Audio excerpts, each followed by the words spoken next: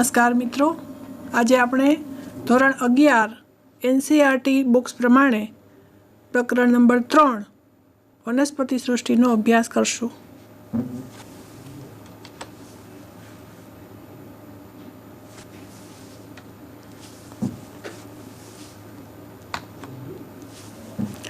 આ પાઠમાં અભ્યાસના સમાવેશિત મુદ્દા નીચે મુજબ છે. વર્ગીકરણ પદ્ધતિઓ, વનસ્પતિ સૃષ્ટિ, લીલ, દ્વિઅંગીઓ, ત્રિઅંગીઓ, અનાવૃત બીજધારીઓ, અવૃત બીજધારીઓ અને વનસ્પતિ જીવન ચક્રો અને એકાંતર જનનનો અહીંયા આપણે અભ્યાસ કરશું. વનસ્પતિ સૃષ્ટિના લક્ષણો જોઈએ. સૌથી પહેલાં તો વનસ્પતિ સૃષ્ટિ છે એ સુકોષ કેન્દ્રીય એટલે કે યુકેરિયોટિક્સની અંદર સમાવેશ થાય છે. સુકોષ કેન્દ્રીયમાં કોષો પટલમય અંગિકાઓ ધરાવે તેમજ કોષ કેન્દ્ર છે એ સુવિકસિત હોય. મલ્ટીસેલ્યુલર એટલે કે બહુકોષી, એક કરતાં વધુ કોષોના બનેલા. ઓટોટ્રોફિક એટલે કે સ્વયંપોષી, પોતાનો ખોરાક જાતે જ બનાવે છે. ઇમોબાઇલ, અચલિત, જલીય અથવા તો સ્થલીય વનસ્પતિઓ. સેલ વોલ પ્રેઝન્ટ એટલે કે કોષ દિવાલ હાજર હોય છે. પ્લાન્ટીના એક્ઝામ્પલ્સ છે છોડ, ક્ષુપ અને વૃક્ષ. વર્ગીકરણ પદ્ધતિઓ અલગ અલગ આપેલી છે. એના મુખ્ય 3 વિભાગમાં વિભાજિત કરી છે. આર્ટિફિશિયલ એટલે કે કૃત્રિમ, નેચરલ એટલે કે નૈસર્ગિક અને ફાઇલોજિનેટિક એટલે કે જાતિ વિકાસકીય. હવે આપણે કૃત્રિમ વર્ગીકરણ પદ્ધતિનો અભ્યાસ કરશું. આ વર્ગીકરણ પદ્ધતિ કોના આધારે વર્ગીકૃત થાય છે? તો એ બાહ્યાકાર વિદ્યાકીય લાક્ષણિકતાને આધારે એને વર્ગીકૃત કરવામાં આવી છે. એના ફાયદાઓ શું છે? કૃત્રિમ વર્ગીકરણ પદ્ધતિ કર્યા પછી એના ફાયદા તો કંઈક હશે ને. તો ક્લોઝલી રિલેટેડ સ્પીસીઝ કુડ બી ક્લાસિફાઈડ. જે નજીકના સંબંધ ધરાવતી હોય એવી સ્પીસીઝ છે એ વર્ગીકૃત કરી શકાય છે. કૃત્રિમ વર્ગીકરણ પદ્ધતિ, બેઝિસ ઓફ ક્લાસિફિકેશન. એનું ક્લાસિફિકેશન શેના આધારે છે? તો બાહ્યાકાર વિદ્યાકીય લાક્ષણિકતાઓને આધારે. એના ફાયદાઓ શું છે? નજીકની સંબંધિત જાતિઓને વર્ગીકૃત કરી શકાય અને equal weightage two vegetative and sexual characteristics. નૈસર્ગિક વર્ગીકરણ પદ્ધતિઓ, બેઝિસ ઓફ ક્લાસિફિકેશન. બાહ્યાકાર વિદ્યાકીય લાક્ષણિકતાઓ અને અંતસ્થ રચનાને આધારે. હવે એના ફાયદાઓ જોઈએ કે નૈસર્ગિક વર્ગીકરણ પદ્ધતિ કરવાથી શું ફાયદાઓ થયા છે. સજીવો વચ્ચેના પ્રાકૃતિક સંબંધો પર એ આધારિત છે અને એની લિમિટેશન્સ શું છે, એની મર્યાદાઓ શું છે? તો closely related organisms can be differ in important properties. Pathogenic bacteria અને નોન પેથોજેનિક બેક્ટેરિયા આના અંદર આપણે જોઈ શકીએ છીએ. ફાઇલોજિનેટિક ક્લાસિફિકેશન સિસ્ટમ, જાતિ વિકાસકીય વર્ગીકરણ પદ્ધતિ. બેઝિસ ઓફ ક્લાસિફિકેશન, કોના આધારે એનું વર્ગીકરણ થયું છે? વિવિધ સજીવો વચ્ચેના ઉદ્વિકાસકીય સંબંધો, ઇવોલ્યુશનરી સંબંધો ઉપર એ આધારિત છે. સજીવોના લક્ષણો એક સરખા અથવા અલગ અલગ હોય છે. કોષ વર્ગીકરણ વિદ્યા એને સાયટોટેક્સોનોમી કહેવાય છે. રસાયણ વર્ગીકરણ વિદ્યા એને કેમોટેક્સોનોમી કહેવાય છે. અને સંખ્યાકીય વર્ગીકરણ વિદ્યા ન્યુમેરિકલ ટેક્સોનોમી ઉપર આ આધારિત છે. એના આપણે ફાયદાઓ જોઈએ. વિવિધ સજીવો વચ્ચેના ઉદ્વિકાસકીય સંબંધોના ઇતિહાસની માહિતી આપે છે. હવે લિમિટેશન, જ્યાં ફાયદાઓ છે ત્યાં લિમિટેશન પણ છે. તો લિમિટેશન જોઈએ. શું મર્યાદાઓ છે? તો મર્યાદા આપણે જાણીએ. Closely related organisms can differ in important properties. નજીકના સંબંધિત જે ઓર્ગેનિઝમ સજીવો છે એ ઇમ્પોર્ટન્ટ પ્રોપર્ટીઝને આધારે ડિફર થાય છે. Source which help in classification, વર્ગીકરણમાં મદદરૂપ સ્ત્રોત. હવે આ વર્ગીકરણ આપણે કર્યું તો એ વર્ગીકરણ કોના આધારે કર્યું એ આપણે જોઈ લીધું. 3 પ્રકારની પદ્ધતિઓ જોઈ. હવે એના અંદર આપણે જોઈએ કે ન્યુમેરિકલ ટેક્સોનોમી છે, સંખ્યાકીય વર્ગીકરણ વિદ્યા. તો એમાં શું આપણને મદદરૂપ થઈ શકે છે? અવલોકન કરેલ લાક્ષણિકતાને આધારે ગાણિતિક વર્ગીકરણ પદ્ધતિ છે. બધા જ લક્ષણો અને સ્વીકૃત માહિતી, ડેટાના આંકડાની સંખ્યા અને સંકેતો એટલે કે કોડ્સ આમાં નિર્દિષ્ટ છે. હવે અહીંયા આપણે એક ઉદાહરણ જોઈએ કે હાઇડ્રા અને સી એનિમોન આ બંને કેવા છે? તો કે અપૃષ્ઠવંશી પ્રાણીઓ છે, તેમજ દરિયાઈ પણ છે અને અરીય સંરચના દર્શાવે છે. તો એ નજીકના છે. એવી જ રીતે આપણે એક જોઈએ, અહીંયા હ્યુમનનો એક ફોટોગ્રાફ્સ તમને આપ્યો છે અને કેટ છે. તો આ બંને કેવા છે? તો કે પૃષ્ઠવંશી પણ છે અને સસ્તન પણ છે. તો એ નજીકના વર્ગોમાં આવે છે. હવે અહીંયા આપણે જોઈએ છીએ સાયટોટેક્સોનોમી, કોષ વર્ગીકરણ વિદ્યા, જે રંગસૂત્રોની સંખ્યા, રચના, વર્તણૂક જેવી કોષ વિદ્યાકીય માહિતી પર આધારિત છે. તમને જુદા જુદા ઉદાહરણ આપણે મૂક્યા છે. હ્યુમન બીંગ છે તો એ 46 રંગસૂત્ર ધરાવે છે, મંકીમાં 42, ડોગની અંદર 78, પોટેટો 48 અને ગ્રીન આલ્ગી 20 ધરાવે છે. કેમોટેક્સોનોમી, રસાયણ વર્ગીકરણ વિદ્યા, જેમાં વનસ્પતિના રાસાયણિક ઘટકો ઉપયોગમાં લેવાય છે. 3 kinds ઓફ કમ્પાઉન્ડ્સ શું છે એના અંદર કેમોટેક્સોનોમીની અંદર? તો કે પ્રાઇમરી મેટાબોલાઇટ્સ, સેકન્ડરી મેટાબોલાઇટ્સ અને સેમેન્ટાઇડ્સ. આ એના અંદર શું આવે છે? તો કે DNA, RNA અને પ્રોટીન્સ. સેકન્ડરી મેટાબોલાઇટ્સમાં શું છે? તો આલ્કેલોઇડ્સ, ફિનોલિક્સ, એમિનો એસિડ્સ, આ બધું છે એ એના અંદર છે. તો આના આધારે વનસ્પતિઓના રાસાયણિક ઘટકોના આધારે કેમોટેક્સોનોમિકલ એટલે કે રસાયણ વર્ગીકરણ વિદ્યામાં વર્ગીકરણ કરવામાં આવે છે. Basis of sub classification of Plantae, differentiation of plant body into tissues, પેશીધારી કે પેશી વિહીન કેવા છે? એબિલિટી ટુ બિયર સીડ્સ, બીજધારી છે કે બીજ વિહીન છે? આ એના પ્રકાર છે, કોના આધારે આપણે વર્ગીકૃત કરીએ છીએ. પેશીધારી છે વનસ્પતિ કે પેશી વિહીન છે, બીજ ધરાવે છે કે નથી ધરાવતી, અને types of seeds, naked or covered. એનો મતલબ છે કે અનાવૃત બીજધારી છે કે આવૃત બીજધારી છે. પ્લાન્ટી, હવે એને આપણે સૌથી પહેલો જે વર્ગ મૂક્યો છે એ એકાંગી. એકાંગી, દ્વિઅંગી, ત્રિઅંગી, આ બધા નામ તમારે જાણીતા છે, અગાઉ પણ તમે અભ્યાસમાં ભણી ગયા છો. તો એકાંગી શું છે? તો સૌથી પ્રાથમિક કક્ષાની જે વનસ્પતિઓ છે એનો સમાવેશ એકાંગી એટલે લીલ જેવા જે વનસ્પતિઓ છે એકાંગીમાં સમાવેશ પામે છે. નો બડી ડિફરન્શિએશન એટલે કે એમાં સુકાયક જોવા મળે છે, મૂળ, પ્રકાંડ, પર્ણ એવું અલગથી વનસ્પતિનું સ્ટ્રક્ચર જે છે એ જોવા મળતું નથી. પણ સાદું જે સુકાયક હોય જેને થેલસ પણ કહેવાય એવું સ્ટ્રક્ચર જોવા મળે. પ્રિફર એક્વેટિક હેબિટેટ્સ, એને જલીય નિવાસસ્થાન વધારે અનુકૂળ અથવા તો પસંદ છે. એક્ઝામ્પલ્સમાં ગ્રીન આલ્ગી એટલે કે લીલી લીલ, હિડન રિપ્રોડક્ટિવ સિસ્ટમ જે આપણે જોઈ શકતા નથી એવી જે રિપ્રોડક્ટિવ સિસ્ટમ છે એને ક્રિપ્ટોગેમી કહેવાય પ્લાન્ટ્સ. તો ક્રિપ્ટોનો મતલબ છે હિડન અને ગેમીનો મતલબ થાય છે મેરેજ. મેરેજ છે એની સાથે રિપ્રોડક્ટિવ સિસ્ટમ સંકળાયેલી છે અને એટલા માટે અહીંયા ક્રિપ્ટોગેમી એવું એને ટૂંકો શબ્દ આપેલો છે હિડન રિપ્રોડક્ટિવ સિસ્ટમ માટે. એલ્ગી કેરેક્ટરિસ્ટિક્સ, લીલની લાક્ષણિકતાઓ. ઓટોટ્રોફિક, સ્વયંપોષી છે. હેબિટેટ, એનું નિવાસસ્થાન ક્યાં રહે છે? તો મોસ્ટલી એક્વેટિક, ફ્રેશ વોટર ઓર મરાઇન, મોટાભાગે જલીય હોય, મીઠા પાણીમાં પણ હોય અને ખારા પાણીમાં પણ હોય છે.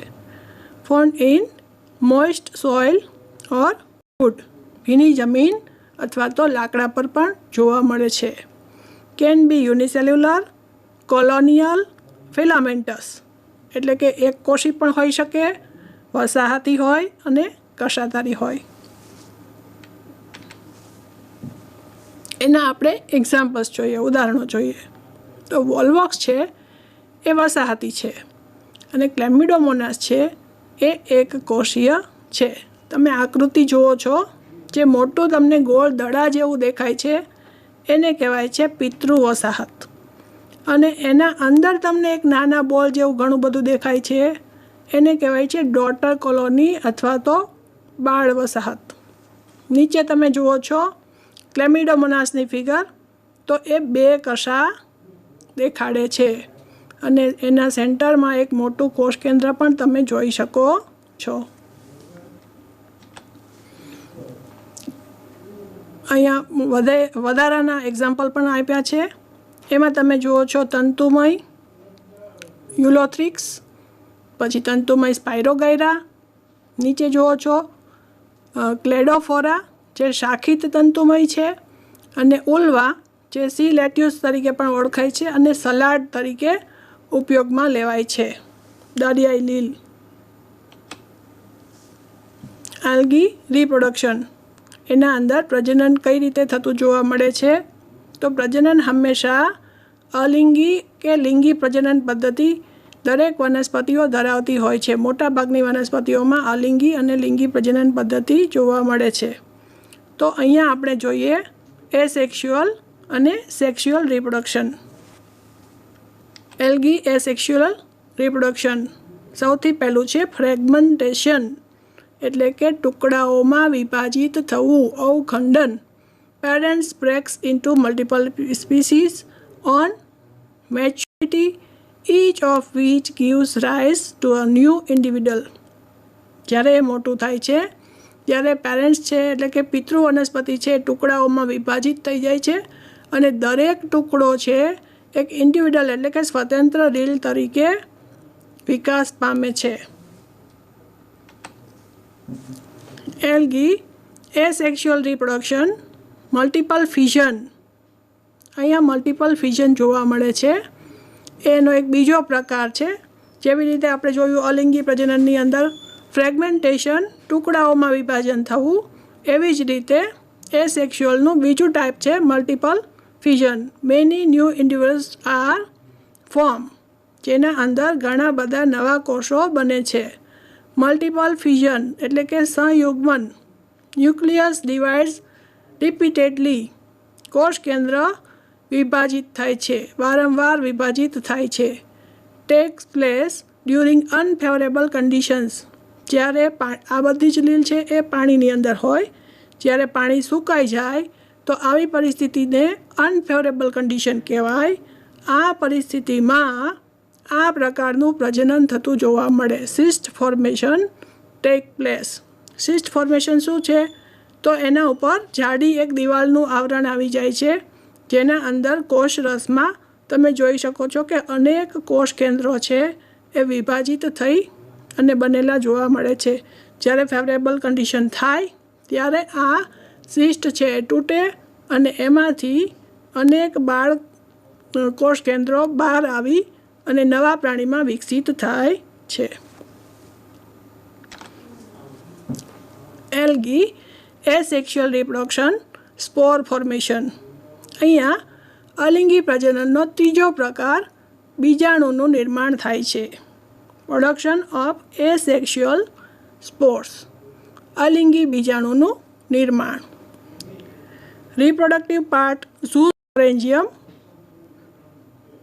એનું પ્રજનન અંગ છે. એસેક્સ્યુઅલ સ્પોર્સ એને કહેવાય છે ઝૂસ્પોર્સ, અલિંગી બીજાણુ.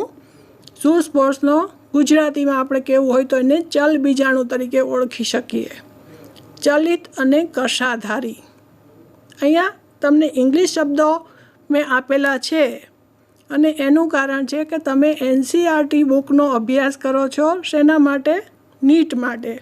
આપણે નીટની પરીક્ષા દેવાના છીએ, ગુજરાતીમાં જ દેશું, પણ ગુજરાતીની સાથે સાથે ઇંગ્લિશ શબ્દો પણ આપણી જાણકારીમાં હોય તો ગમે ત્યારે કોઈપણ પ્રશ્ન ઉદ્ભવે તો આપણે બંને મીડિયમના પેપરને જોઈ શકીએ અને સમજી શકીએ. એટલા માટે મારી દ્રષ્ટિએ એવું માનવું છે કે તમારે માત્ર ગુજરાતી બુક જ વાંચવી એ યોગ્ય નથી. ગુજરાતીની સાથે ઇંગ્લિશ પણ તમે વાંચો તો તમને બંને ભાષાની સમજ પડી શકે, અને એટલા માટે અહીંયા એવો પ્રયાસ મેં કરેલો છે. અલિંગી બીજાણુ, જેને આપણે ઝૂસ્પોર્સ અથવા તો ચલ બીજાણુ કહેશું, ચલિત અને કશાધારી છે. હવે તમે અહીંયા જુઓ છો ફિગર, એસેક્સ્યુઅલ રિપ્રોડક્શન. એમાં શું છે? ઝૂસ્પોરેન્જિયમ. એમાંથી શું ઉત્પન્ન થયું? ઝૂસ્પોર્સ. આગળની ફિગર તમે જોતા જાઓ સ્ટેપ બાય સ્ટેપ. ઝૂસ્પોર્સમાંથી શું થાય છે? આગળ જર્મિનેશન થાય છે. ઝૂસ્પોર્સમાંથી એનું જર્મિનેશન થયું અને પછી શું બન્યું? ન્યૂ કોલોની, નવી વસાહત એમાંથી નિર્માણ પામે છે. એલ્ગીની અંદર સેક્સ્યુઅલ રિપ્રોડક્શન, લિંગી પ્રજનન, ફ્યુઝન ઓફ ટુ ગેમેટ્સ, બે જન્યુઓનું જોડાણ થાય એને લિંગી પ્રજનન તરીકે આપણે ઓળખશું. હવે એના ટાઈપ્સ એટલે કે પ્રકારો છે. આઇસોગેમસ, સમજન્યુક. Both gametes are similar in size. બંને જન્યુઓ કદમાં એક સરખા હોય તો એને આપણે સમજન્યુક તરીકે ઓળખશું. એન આઇસોગેમસ, અસમજન્યુક. Gametes are dissimilar in size. બંને જન્યુઓ કદમાં અસમાન હોય. ઉગેમસ, અંડજન્યુક. One gamete is larger and non-motile while the other is small and motile. બંને જન્યુઓ પૈકી એક મોટા અચલિત માદાજન્યુ અને નાના ચલિત નરજન્યુ તરીકે ઓળખાય છે.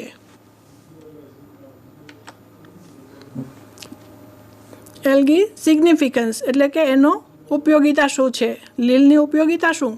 તો carbon dioxide fixation on earth.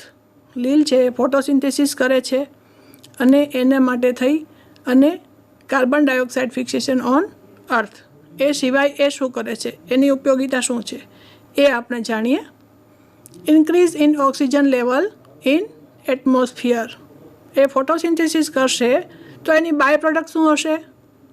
Carbon ડાયોક્સાઇડનો એણે ઉપયોગ કર્યો અને શું કર્યું? ઓક્સિજનને મુક્ત કર્યો.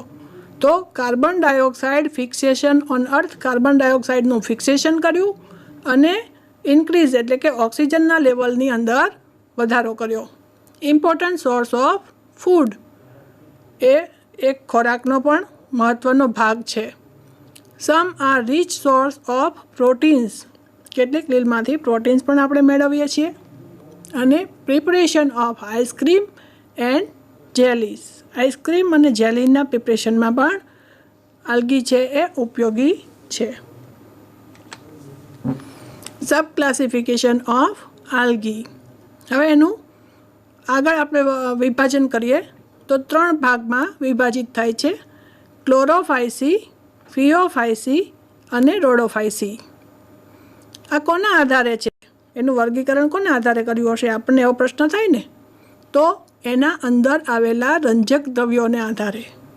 આ રંજક દ્રવ્યોથી એક કલર ધારણ કરે છે. ક્લોરોફાઇસી છે તો અંદર ક્લોરોફિલ હશે અને એના હિસાબે એનો કલર લીલો હશે. ફિયોફાઇસી છે તો એના અંદર ફ્યુકોઝેન્થિન હોય અને એનો કલર બદામી હોય.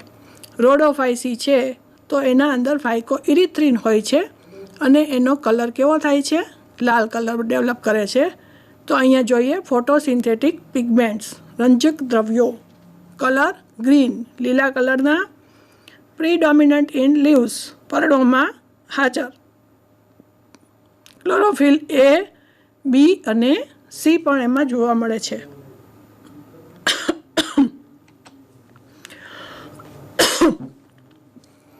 કેરોટીનોઇડ્સ, colour range from yellow to red, પીળાથી લાલ કલરના. Predominant in flowers and fruits, પુષ્પો અને ફળોમાં જોવા મળે છે. કેરોટીન એ પ્યોર કાર્બોહાઈડ્રેટ્સ, શુદ્ધ કાર્બોહાઈડ્રેટ્સ છે. xanthophyll carotenoids with oxygen.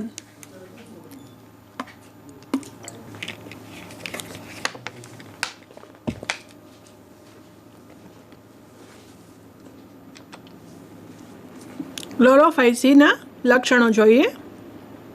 Green algae, લીલી લીલ, ઓટોટ્રોફિક, સ્વયંપોષી. એનું નિવાસસ્થાન હેબિટેટ એટલે નિવાસસ્થાન. પ્રાઇમરીલી ક્યાં જોવા મળશે તમને? ફ્રેશ વોટર એટલે કે મીઠા પાણીમાં. સોઇલ, ટ્રી ટ્રંક અને બાર્ક કે જમીન ઉપર પણ હોય, વૃક્ષો પર હોય અને એના વૃક્ષોની છાલ પર પણ જોવા મળે છે. Can be યુનિસેલ્યુલર, colonial or filaments. એક કોષીય, વસાહતી કે તંતુમય જોવા મળે છે. ક્લોરોફાઇસીના ઉદાહરણો જોઈએ. પહેલું ઉદાહરણ તમે જુઓ છો એ વસાહતી છે. એમાં વોલ્વોક સમાવેશિત થાય છે. વસાહતી એનો મતલબ શું છે? તો એ વસાહત કોલોની બનાવીને રહે છે. ઘણા બધા પ્રાણીઓ સાથે મળી અને એક કોલોની બનાવે છે. એમાં એ રહેતું જોવા મળે છે. ઘણા યુનિસેલ્યુલર હોય એટલે કે એક જ કોષી હોય, એકલા જ રહેતા હોય. તો એનું ઉદાહરણ છે ક્લેમિડોમોનાસ. યુલોથ્રિક્સ છે, કેવું છે? તંતુમય છે. અને સ્પાયરોગાયરા પણ તંતુમય જોવા મળે છે. ક્લોરોફાઇસી સ્ટ્રક્ચર. ક્લોરોફાઇસીનું બંધારણ. Rigid 2 layered cell wall. સખત કોષ દિવાલ હોય છે એની, 2 લેયરવાળી હોય અને સખત પણ હોય. આઉટર વોલ છે એ પેક્ટિનની બનેલી, બહારની દિવાલ પેક્ટિનની. કોન્સ્ટિટ્યુટ ધ મેટ્રિક્સ એટલે કે એ પેક્ટિનની બનેલી છે અને અંદરની દિવાલ છે એના અંદર શું રહેલું છે? તો એના અંદર સેલ્યુલોઝ છે. ઇનર વોલ સેલ્યુલોઝની બનેલી. Chloroplast seen in different shape in different species. Chlorophyll A and B present. Chlorophyll A અને બી અહીંયા હાજર છે. પાયરિનોઇડ્સ પ્રેઝન્ટ એટલે કે આના અંદર પ્રોભુજકની હાજરી જોવા મળે છે. Pyrenoids are strong bodies in chloroplast which store proteins and starch. તો એ ક્લોરોપ્લાસ્ટની અંદર જોવા મળે છે અને એના અંદર શેનું થાય છે સ્ટોરેજ? પ્રોટીન અને સ્ટાર્ચનું. ફિયોફાઇસી કેરેક્ટરિસ્ટિક્સ આપણે એના લક્ષણો જોઈએ. બ્રાઉન આલ્ગી, જેને બ્રાઉન આલ્ગી તરીકે ઓળખાય છે. બદામી લીલ, મરાઇન હેબિટેટ, દરિયાની અંદર જોવા મળે છે. એ ઉપરાંત આપણે જોશું કે એના અંદર બીજું શું જોવા મળે છે. ફિયોફાઇસીના અંદર કેન બી બ્રાન્ચ્ડ ઓર ફિલામેન્ટસ, શાખિત અને તંતુમય. એને એક્ઝામ્પલ આપ્યા છે લેમિનેરિયા, ફ્યુકસ અને ડિક્ટિયોટા. ફિયોફાઇસીનું સ્ટ્રક્ચર, બંધારણ જોઈએ. Cell wall made of cellulose. Outer covering of cell wall made of algin. એની સેલ વોલ છે એ શેની બનેલી છે? કોષ દિવાલ સેલ્યુલોઝની બનેલી છે. Outer covering of cell wall made of algin. આલ્જીનનું આઉટર કલર એટલે કે બહારનું કવર જે છે એ એલ્જીનનું બનેલું છે. Chloroplast seen in different shape and in different species. Chloroplast છે એ અલગ અલગ સ્પીસીસની અંદર અલગ અલગ સાઇઝના અને શેપના જોવા મળે છે. Food is stored in the form of complex carbohydrates. Food એટલે કે એનું રિઝર્વ ફૂડ મટીરિયલ છે, ખોરાક અંદર છે એ શેના ફોર્મમાં એ સ્ટોર થાય છે? તો કોમ્પ્લેક્સ કાર્બોહાઈડ્રેટ્સ લાઇક લેમિનારિન. લેમિનારિનના રૂપે એનો ખોરાક સંગ્રહ થતો જોવા મળે છે. સિગ્નિફિકન્ટ ઓર્ગેનિક એલિયનર શું આવ્યું છે? કેવી અંગિકાઓ ધારણ કરે છે? તો પ્લાસ્ટિડ્સ અને વેક્યુઅલ એટલે કે રસધાનીઓ હોય, પ્લાસ્ટિડ્સ હોય અને ન્યુક્લિયસ પણ હોય. પ્લાન્ટ બોડી એ શું ધરાવે છે? 3 વસ્તુ અંદર છે, તમે જુઓ છો. હોલ્ડ ફાસ્ટ, દ્રઢ ગ્રહ, ગુજરાતીમાં એને દ્રઢ ગ્રહ કહેવાય. સ્ટાઇપ, છત્રિકાવૃંત અને ફ્રન્ટ, પુષ્પપર્ણ, પ્રપર્ણ. રોડોફાઇસીના લક્ષણો હવે આપણે જોઈએ. તો એ રેડ આલ્ગી છે અને એના અંદર ફાઇકો ઇરિથ્રિન નામનું રંજક દ્રવ્ય આવેલું જોવા મળે છે. મરાઇન હેબિટેટ, આ દરિયાઈ લીલ છે એટલે કે દરિયા નિવાસી છે, ફ્રેશ વોટરમાં ન જોવા મળે. મરાઇન habitat. fresh salty water occurs both on surface as well as deep inside water. Surface ઉપર પણ હોય એટલે કે ઉપરની પાણીની ઉપરના લેવલ ઉપર હોય અને ડીપ ઇનસાઇડ એટલે કે અંદર તળિયાના ભાગે પણ એ જોવા મળે છે. Cell wall made of cellulose. Cell wall શેની બનેલી છે? સેલ્યુલોઝની. Chlorophyll A, D and phycoerythrin present. એના અંદર ક્લોરોફિલ એ છે, ડી છે અને ફાઇકોઇરિથ્રિન છે. એના હિસાબે જ એનો લાલ કલર જોવા મળે છે. Food is stored in the form of floridean starch. તો આ સ્ટાર્ચના રૂપમાં એનું ફૂડ જોવા મળે છે. એને આપણે ઉદાહરણો જોઈએ. પોલિસિફોનિયા પહેલી ફિગર તમે જુઓ છો, બીજીમાં જુઓ છો પોરફાયરા અને ત્રીજું છે ક્રેસિલારિયા. Algae versus blue green algae. એને આપણે લક્ષણો જોઈએ કે એલ્ગીમાં શું આવે છે. બ્લુ ગ્રીન આલ્ગી એટલે શું? બ્લુ ગ્રીન આલ્ગી એટલે કે નીલ હરિત લીલ. આલ્ગી એટલે કે લીલ. તો આપણે એના લક્ષણો હવે જોઈએ. અહીંયા તમને એના ઉદાહરણો આપ્યા છે.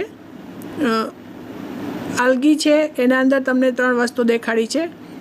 વોલબોક્સ છે અને સ્પાયરોગાયરા છે. બ્લુ ગ્રીન આલ્ગીમાં શું છે?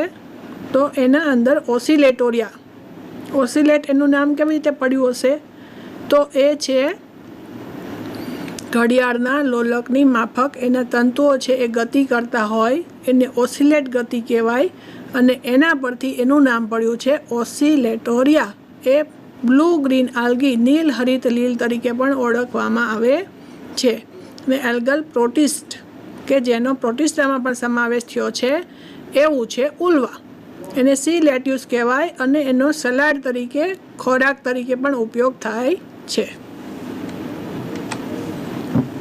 બ્રાયોફાઇટ્સ દ્વિઅંગીઓ. Body differentiation exist. હવે આપણે થેલોફાઇટા એકાંગીને જરા યાદ કરી લઈએ કે એકાંગી વનસ્પતિઓની અંદર શું હતું? બોડી ડિફરન્શિએશન નહોતું. તો શું હતું? માત્ર થેલસ સુકાયક હતું. અહીંયા શું છે? બોડી ડિફરન્શિએશન એક્ઝિસ્ટ છે. રૂટ લાઇક રેઝોઇડ્સ એટલે કે મૂળ જેવા છે એ મૂલાંગો કહેવાય છે. Stem like leaf like structure. જો એક વસ્તુ અહીંયા સમજજો મિત્રો, સ્ટેમ લાઇક એટલે કે સ્ટેમ જેવું, લીફ લાઇક લીફ જેવું. લીફ નથી, સ્ટેમ પણ નથી. તો શું છે? તો કે એના જેવું સ્ટ્રક્ચર છે. રૂટ લાઇક તો રૂટ જેવું સ્ટ્રક્ચર છે, રૂટ ન કહેવાય. બરાબર છે? તો આ યાદ રાખવા જેવી વસ્તુ છે કે દ્વિઅંગીની અંદર બોડી ડિફરન્શિએશન છે. કઈ રીતનું છે? રૂટ લાઇક શું છે? રાઇઝોઇડ. સ્ટેમ લાઇક, લીફ લાઇક એ શું છે? તો એનું સુકાય છે. પ્લાન્ટ એમ્ફિબિયન્સ. પ્રાણીની અંદર એમ્ફિબિયન્સ છે. દાખલા તરીકે દેડકો. દેડકો એટલે તમને તરત જ યાદ આવી જશે. તમે 9મા ધોરણમાં પણ ભણ્યા છો. પ્રાણીઓની અંદર ઉભયજીવીઓ એનો મતલબ શું? તો કે ઉભયજીવી એનો મતલબ બંને જગ્યાએ રહી શકે. ક્યાં રહે છે દેડકો? યાદ કરો મિત્રો, બધાના ઘરે હોય છે. ચોમાસું આવશે એટલે આવશે. પાણીમાં પણ હોય અને જમીન ઉપર પણ હોય. બંને જગ્યાએ રહી શકે છે. એટલા માટે એને ઉભયજીવી કહેવાય. એવી રીતે વનસ્પતિ સૃષ્ટિ હોય તો વનસ્પતિ સૃષ્ટિની અંદર કોઈ ઉભયજીવી વનસ્પતિ હોય તો એ શું છે? દ્વિઅંગીઓ, બ્રાયોફાઇટ્સ છે. Mostly found in moist હિલી areas. ક્યાં જોવા મળે? તો એ મોઇસ્ટ એટલે કે ભીના ભેજવાળા એવા હિલી એરિયાની અંદર જોવા મળે છે. હવે આપણે આગળ જોઈએ.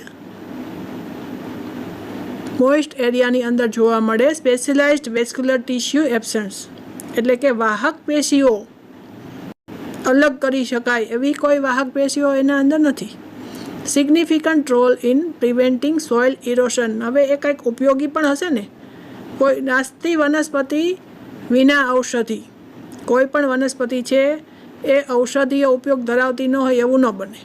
એવી જ રીતે એ કંઈક ને કંઈક પર્યાવરણને પણ ઉપયોગી હોય જ. તો હવે આ વનસ્પતિ છે, દ્વિઅંગીઓ છે, એ પર્યાવરણને શું ઉપયોગી થતી હશે?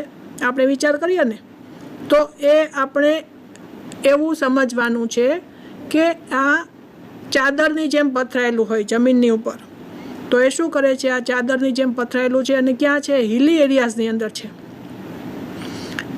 થોડુંક તમે માઇન્ડ ચલાવો મિત્રો અને આમ વિચારો કે વરસાદ ખૂબ જોરદાર આવે છે, પાણી વહી જાય છે, પાણી છે જોરદાર રીતે માટી ઉપર પડે છે, સાથે સાથે પાણીની સાથે માટી પણ ઘસડી જાય છે અને આ બધું જ ઘસાયેલું વસ્તુઓ પાણીની સાથે સાથે ક્યાં જાય છે?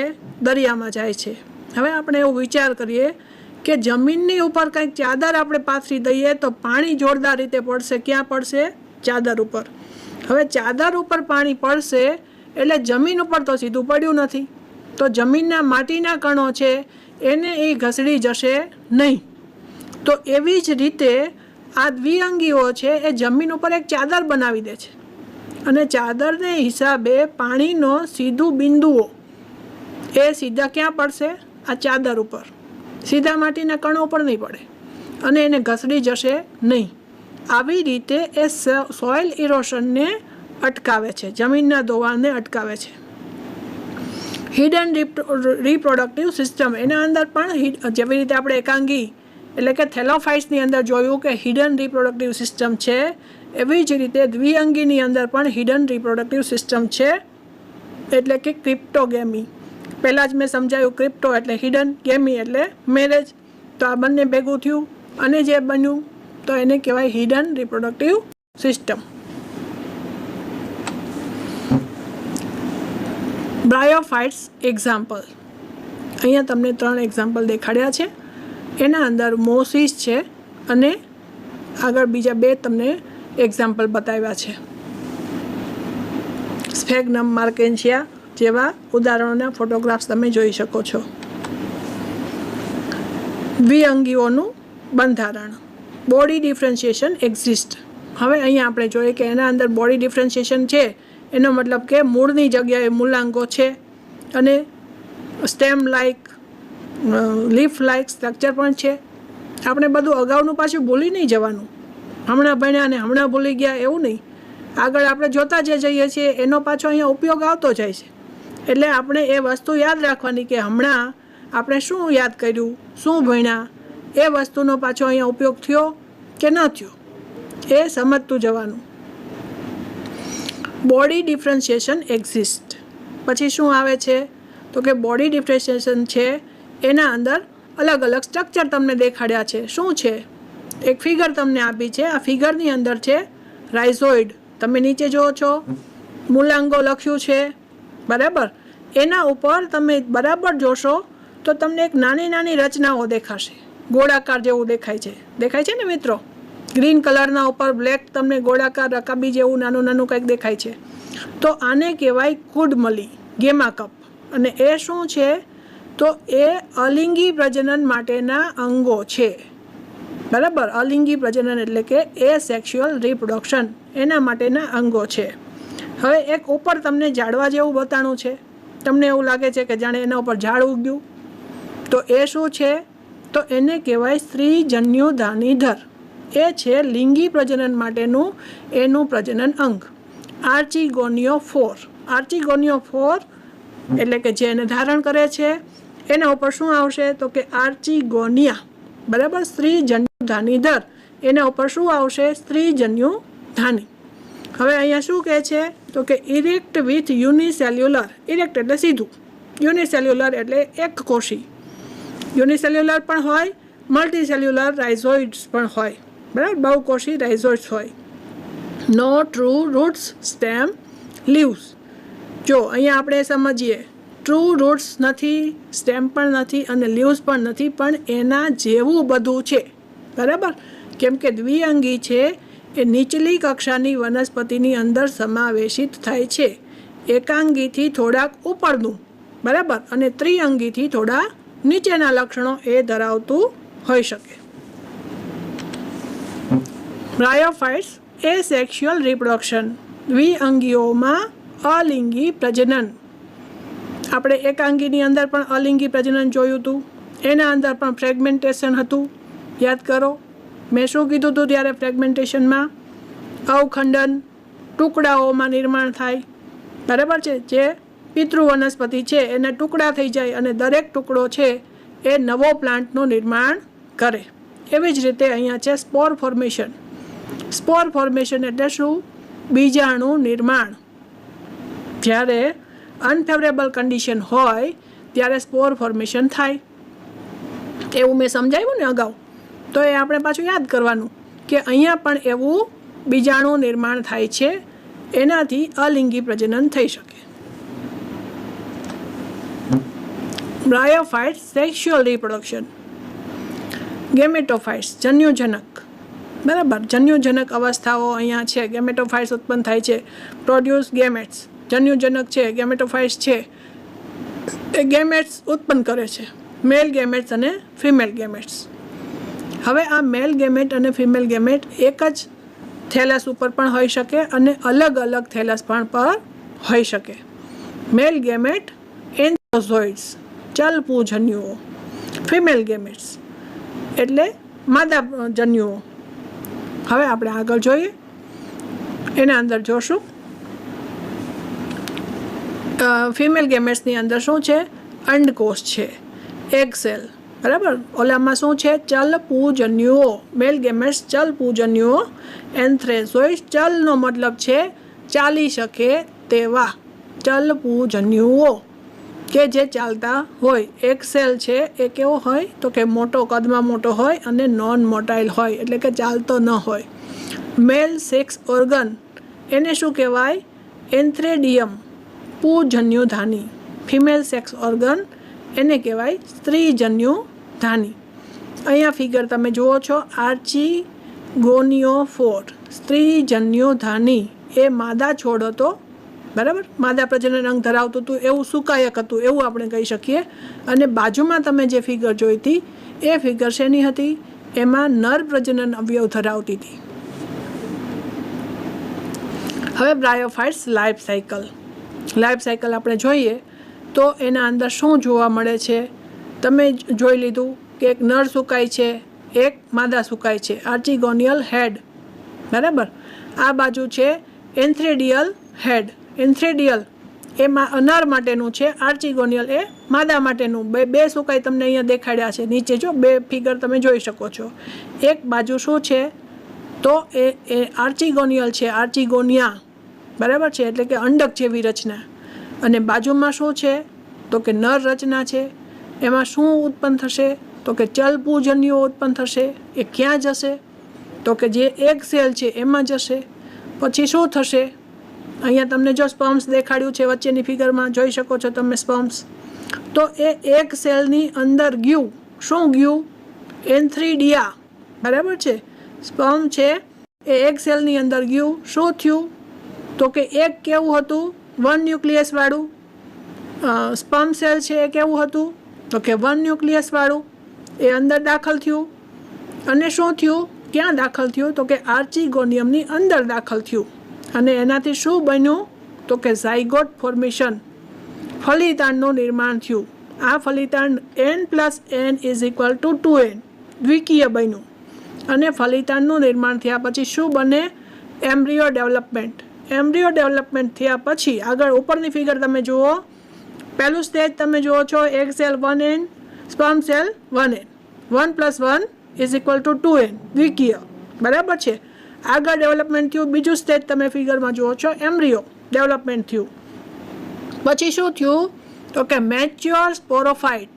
એમાંથી મેચ્યોર એટલે પુખ્ત સ્પોરોફાઇટનું નિર્માણ થયું, બરાબર છે. અને પછી શું થાય? તો કે એમાંથી પાછું નવું જર્મિનેશન થાય, નવું પ્લાન્ટ બની શકે છે. અને નવું પ્લાન્ટ બન્યો તો શું ઉત્પન્ન થયું? તો કે એમાંથી રાઇઝોઇડ્સ ઉત્પન્ન થયા. The spores grow into a thallus with rhizoids. Rhizoids એટલે કે મૂલાંગોવાળું એક થેલસ એને બનાવ્યું જર્મિનેશન થઈને. બ્રાયોફાઇટ્સ સિગ્નિફિકન્સ, દ્વિઅંગીની ઉપયોગિતા. શું ઉપયોગિતા છે? આપણે બધું જોઈ લીધું, બરાબર. એકાંગી વનસ્પતિઓમાં લીલ જોઈ, એના પ્રકારો જોયા, જુદા જુદા પ્રકારની છે. લીલી લીલ છે, લાલ લીલ છે, બદામી લીલ છે, જોયું, બરાબર છે. હવે એનો ઉપયોગ શું છે, ઉપયોગો પણ જોઈ લીધા.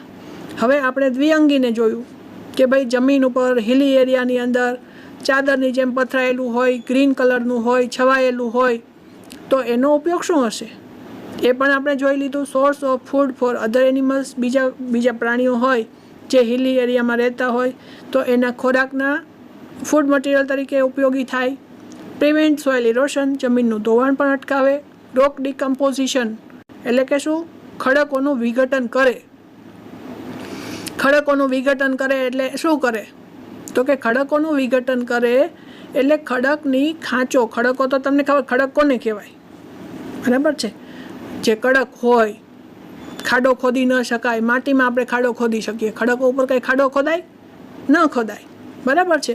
હવે જ્યાં ખાડો ખોદી નથી શકાતો તો આપણે ઝાડવું વાવવું કેમ, એવો વિચાર આવે ને મિત્રો, બરાબર છે. તો આપણા આ મોટા ઝાડવા માટે ખાડો ખોદવાનું કામ કોણ કરે છે, તો કે બ્રાયોફાઇટ્સ અને લાઇકેન્સ. એના મૂળને, લાઇકેન્સ છે ને, સૌથી પહેલાં જ્યારે આવા ખડકો બને ત્યારે સૌથી પહેલાં જે વનસ્પતિઓ ઉત્પન્ન થાય એને લાઇકેન્સ કહેવાય. આપણે આગળના પાઠમાં એ તમારે આવે છે, બીજા પાઠની અંદર એની ચર્ચા કરશું. તમે શીખશો ત્યારે એ પણ તમે જાણશો કે લાઇકેન્સ શું છે. લીલ અને ફૂગ, આ લીલ અને ફૂગના સહવાસ, એના સહજીવનથી જે વનસ્પતિઓ ઉત્પન્ન થાય એને લાઇકેન્સ તરીકે ઓળખવામાં આવે છે. તો આ લાઇકેન્સ છે એ પૃથ્વી ઉપર જ્યારે પૃથ્વીનું નિર્માણ થયું, સૌથી પહેલાં બધા સજીવો ઉત્પન્ન થયા, તો સીધા તો બધા આવી નથી ગયા ને, એક પછી એક સ્ટેપ બાય સ્ટેપ આવે. સીધા કાંઈ માણસો નથી આવી ગયા, હ્યુમન બિંગ સૌથી પહેલાં નથી આવી ગયો. એનિમલ કિંગડમ આપણે જ્યારે ભણીએ ત્યારે, એવી જ રીતે પ્લાન્ટ કિંગડમ ભણતા હોઈએ તો એના અંદર પણ સીધી મોટા પ્લાન્ટ્સ તો નથી જ આવી ગયા.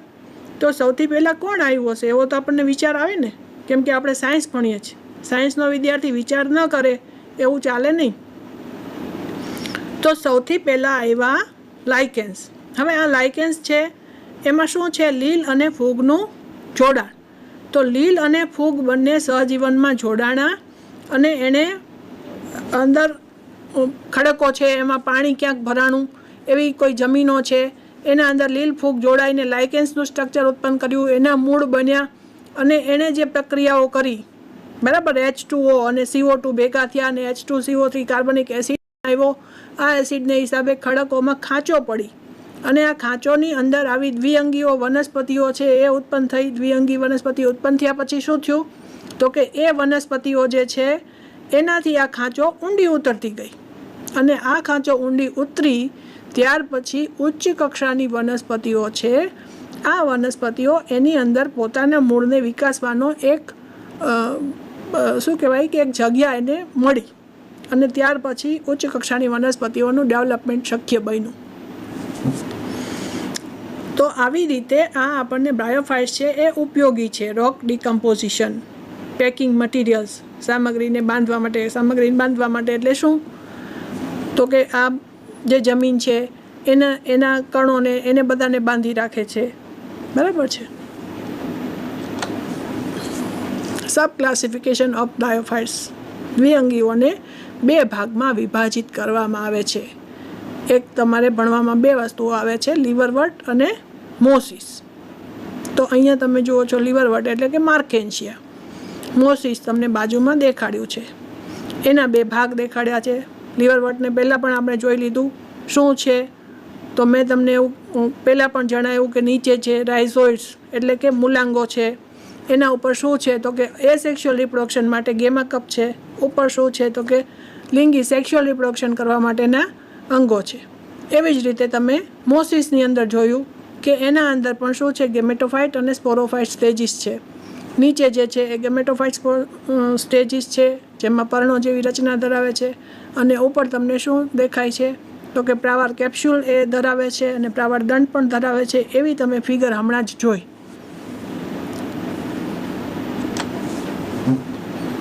હવે લીવરવર્ટ કેરેક્ટરિસ્ટિક્સ, એની લાક્ષણિકતાઓ શું છે એનો અભ્યાસ કરશું. પ્રિફર મોઇસ્ટ એન્ડ શેડી હેબિટેટ્સ, એને શું ગમે, ક્યાં રહેવું ગમે. આપણને પણ એવું થાય ને, ગરમી થતી હોય તો એમ થાય કે આપણે એસીમાં રહીએ, બરાબર છે, ઠંડક ગોતીએ. એમ આ વનસ્પતિઓ પણ શું કરે છે તો કે એને પણ ઠંડી જગ્યા, છાંયો છે, ભેજ છે એવું વાતાવરણ વધારે પ્રિય છે અને એવા નિવાસસ્થાનોમાં એ વસવાટ કરતું જોવા મળે છે. ભેજયુક્ત અને છાયાપ્રિય નિવાસસ્થાનોમાં એ જોવા મળે છે. Plant body is thalloid. વનસ્પતિ દેહ સુકાયક તરીકે જોવા મળે છે. Stem like structure. એ સુકાય કેવું હોય તો કે સ્ટેમ લાઇક સ્ટ્રક્ચર. સ્ટેમ એટલે કે પ્રકાંડ જેવું. Tiny leaf like structure. Leaf જેવું, લીફ લાઇક એટલે નાના નાના પર્ણો ધરાવતું હોય એવું સ્ટ્રક્ચર પણ જોવા મળે. તો તમને અહીંયા બે અલગ અલગ આપ્યું છે. જો લીફી લીવરવર્ટ્સ, પત્રમય લીવરવર્ટ્સ, એમાં તમને નાના નાના પાન દેખાય એવી એક ફિગર જોવા મળે છે. અને બાજુમાં તમને દેખાય છે થેલોસ. એ કેવું છે તો કે થેલસ સુકાઈ પ્રકારનું એ જે છે એ માર્કેન્શિયા છે. એનું સ્ટ્રક્ચર છે કેવું છે, સુકાયક છે લીવર. હવે અહીંયા તમને એના ઉદાહરણો બતાવ્યા છે, માર્કેન્શિયા, રિક્સિયા અને પોરેલા. લીવરવર્ટ્સ છે એ સેક્સ્યુઅલ રિપ્રોડક્શન. તો એની અંદર આપણે જોઈએ ફ્રેગમેન્ટેશન ઓફ થેલાઈ. સુકાઈના અવખંડન દ્વારા અલિંગી પ્રજનન એનું કેવી રીતે છે તો કે સુકાઈના અવખંડન દ્વારા એમાં અલિંગી પ્રજનન જોવા મળે છે. ફ્રેગમેન્ટેશન એ તો તમને ખબર છે, અવખંડન એટલે એને ટુકડાઓમાં વિભાજિત થવું. કોણ તો કે સુકાઈ. હમણાં જ આપણે જોયું ને, stem like structure, leaf like structure. યાદ રાખવાનું, ભૂલી નહીં જવાનું, બરાબર છે. તો એને શું કહેવાય, thallus. Stem like structure, leaf like structure એ છે થેલસ. થેલસ એટલે સુકાઈ. હવે આ સુકાઈના નાના નાના ટુકડાઓ થાય એને કહેવાય ફ્રેગમેન્ટેશન, એટલે કે ટુકડાઓમાં વિભાજન થવું.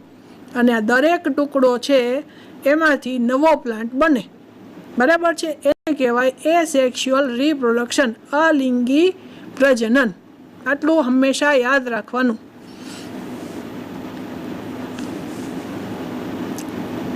ગેમી ફોર્મેશન, કુડમલીઓનું નિર્માણ દ્વારા. હવે આ બધી જ અલિંગી પ્રજનનની જ છે. પહેલાં આપણે જોયું ને થેલોફાઇટાની અંદર શું જોયું હતું, ફ્રેગમેન્ટેશન, ફ્યુઝન, એવું જોયું હતું. તો અહીંયા પણ શું છે તો કે ફ્રેગમેન્ટેશન છે, કુડમલીઓનું નિર્માણ છે, નાના નાના કપ જેવી રચના મેં તમને બતાવી હતી ને આગલી ફિગરમાં, બરાબર છે. એને ગેમી કહેવાય અથવા તો ગેમા કપ કહેવાય. એને ગુજરાતીમાં કહેવાય કુડમલીઓ. Propagative structure in thallose liverworts. એને પ્રોપેગેટિવ સ્ટ્રક્ચર એટલે શું તો એ વેજીટેટિવ વનસ્પતિક એનું જે થતું હોય પ્રજનન જેમાંથી થાય એવું. Green multicellular asexual buds. તો લીલી બહુકોષીય અલિંગી કલિકાઓ. વેજીટેટિવ પ્રોપેગેશન જેને કહેવાય છે ને કે એનાથી વાનસ્પતિક પ્રજનન થાય, બરાબર છે. એવું સ્ટ્રક્ચર એમાં જોવા મળે. અલિંગી કલિકાઓ, બર્ડ્સ એમાંથી ઉત્પન્ન થાય અને એમાંથી આગળ નવું પ્લાન્ટ બને. Liverworts, sexual reproduction, fusion of gametes. હવે આપણે અહીંયા જોઈએ છે સેક્સ્યુઅલ રિપ્રોડક્શન, એનો મતલબ છે લિંગી પ્રજનન. લીવરવર્ટ્સની અંદર લિંગી પ્રજનન કેવી રીતે થાય મેં તમને આ પહેલાં પણ પ્લાન્ટ બતાવ્યો છે, બરાબર ને. એમાં શું બતાવ્યું, સૌથી નીચે શું છે, રાઇઝોઇડ્સ, બરાબર. નીચે ફિગર તમારે વાંચવાની હો, આપણે ટીવી જોવા નથી બેઠા ભાઈ, બરાબર છે. ટીવીમાં જ ભણીએ છીએ એટલે આપણે ફિગર છે એ જોવા ખાતર જોતા નથી.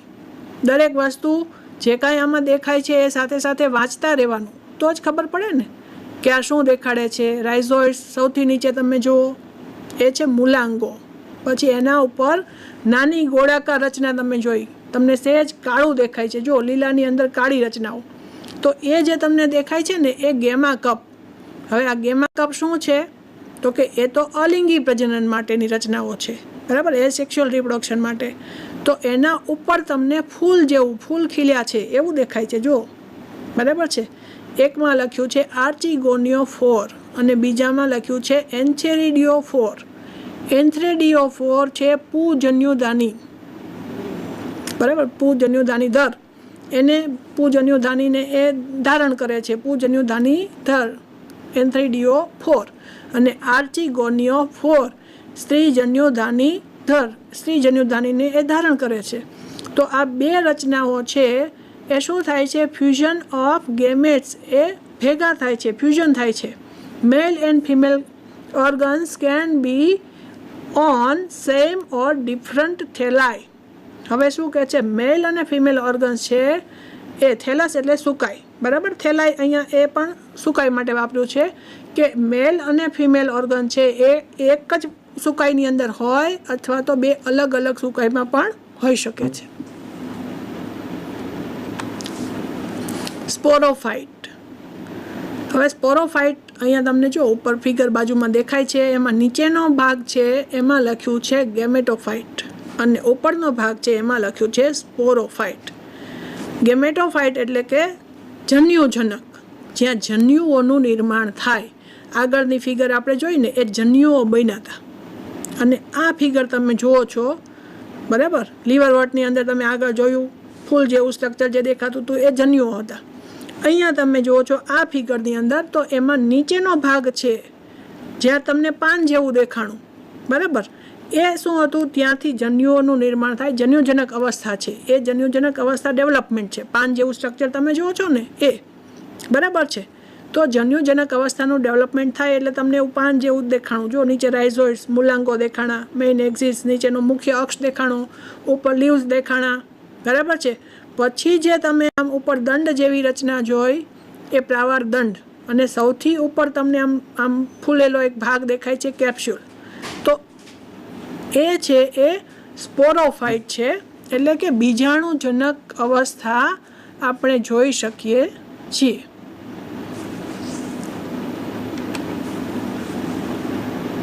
મોસિસ કેરેક્ટરિસ્ટિક. મોસની લાક્ષણિકતાઓ આપણે જોઈ લઈએ. એ ક્યાં રહે છે? સામાન્યતઃ ભેજયુક્ત છાયાપ્રિય નિવાસસ્થાનોમાં હોય. પ્રથમ અવસ્થા પ્રતંતુ અને બીજી અવસ્થા પર્ણમય.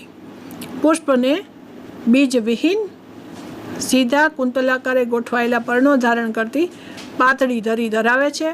બહુકોષીય અને શાખિત મૂલાંગો વડે જમીન સાથે જોડાયેલા પણ હોય છે. મોસિસ યુનિકનેસ. એમાં યુનિક જેવું શું છે, બીજા કોઈમાં ન હોય અને એમાં હોય તો એને યુનિક કહેવાય, એવું આપણને ખબર પડે છે થોડીક, હે ને. મોસના જીવન ચક્રમાં જન્યુજનક અવસ્થા મુખ્ય અને પ્રભાવી જોવા મળે છે. જન્યુજનક અવસ્થા ગેમેટોફાઇટ, બરાબર, એને કહેવાય જન્યુજનક અવસ્થા. એટલે કે જે તમે પ્લાન્ટ જેવું પર્ણ જેવું જોયું હતું ને, જે નીચેનો ભાગ, એને કહેવાય જન્યુજનક અવસ્થા. એ કેવી છે? મુખ્ય અને પ્રભાવી. જન્યુજનક બે અવસ્થાઓ ધરાવે છે. પ્રથમ પ્રતંતુ પ્રોટોનીમાં, નાનું એવું જો તમે આમ ઉપર એક જોવો છો કે યંગ ગેમેટોફાઇટ અને એમાંથી બર્ડ્સ બન્યું અને નાનું તંતુ જેવું બન્યું, બરાબર છે. તો એને કહેવાય પ્રોટોનીમાં. બીજાણુમાંથી વિકાસ પામે છે લીલી શાખિત અને તંતુમય રૂ પ્રસારી બીજી પર્ણમય રચના, એને લીફી સ્ટેજ કહેવાય. મોટું થઈ ગયું ને જે, એને શું કહેવાય? ઉપર તમે સ્પોર્સ જોયું, એક નાનું એવું ટપકું તમને દેખાય છે જો પહેલી ફિગરમાં, તો એ સ્પોર્સ છે. સ્પોરમાંથી શું થયું? મૂળ ઉત્પન્ન થયું, રાઇઝોઇડ બન્યું અને પછી એક આગળ રચના હતી, બરાબર છે. તો એને કહેવાય પ્રોટોનીમાં.